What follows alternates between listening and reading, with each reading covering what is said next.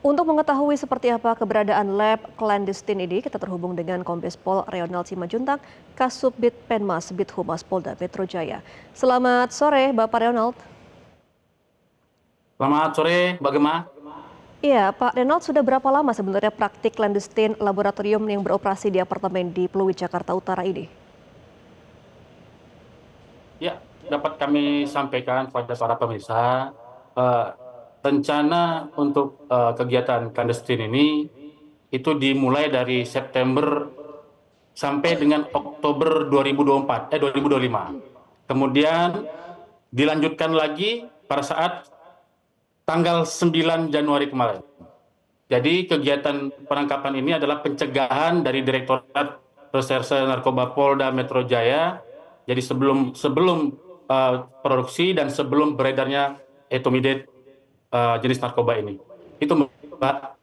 Baik, Pak Reonald, dalam penggerebekan kan sudah ada 2 tersangka yang ditangkap ya oleh pihak kepolisian. Nah, apakah ada penyelidikan lagi untuk pelaku-pelaku lain, apakah dari WNI dan juga WNA? Ya, pada saat penangkapan itu ada di TKP yang pertama itu sebenarnya ditangkap satu orang dulu dengan inisial DJ, kemudian warga negara Indonesia, ya, ditangkap di salah satu apartemen di daerah Pluit, Penjaringan, Jakarta Utara.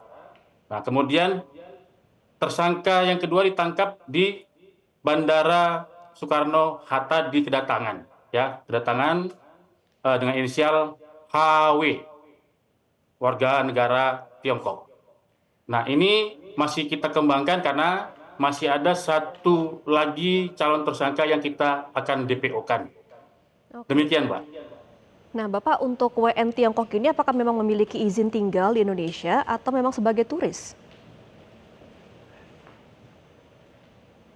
Nah, ini masih kita koordinasikan dengan pihak imigrasi, apakah izin tinggal yang bersangkutan ini benar atau tidak, nanti akan kita dalami lagi, kita koordinasi dengan pihak imigrasi.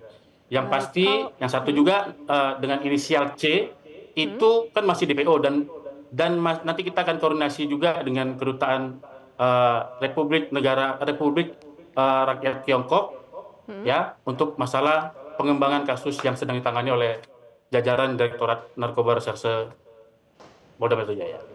baik, kalau sejauh ini Pak Reonald, untuk tersangka WN Tiongkok ini keterlibatannya dalam praktik clandestine ini apa, Pak?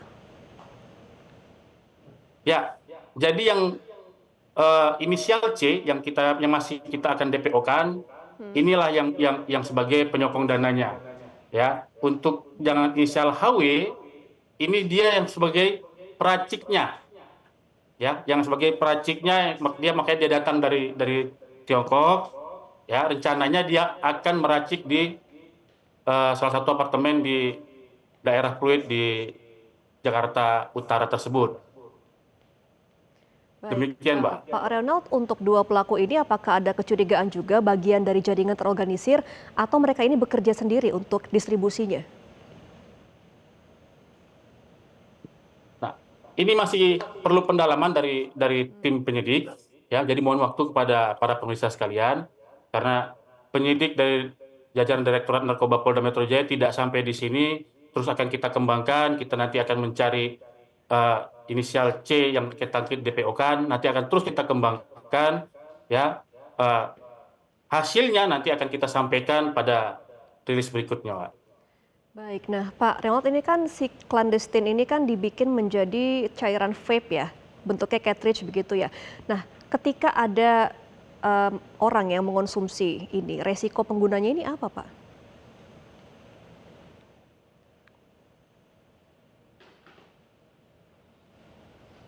Ya, untuk resiko penggunanya adalah eh, yang mana yang bersangkutan nanti ini kan sebenarnya untuk etimodit ini adalah untuk eh, kegiatan anestesi.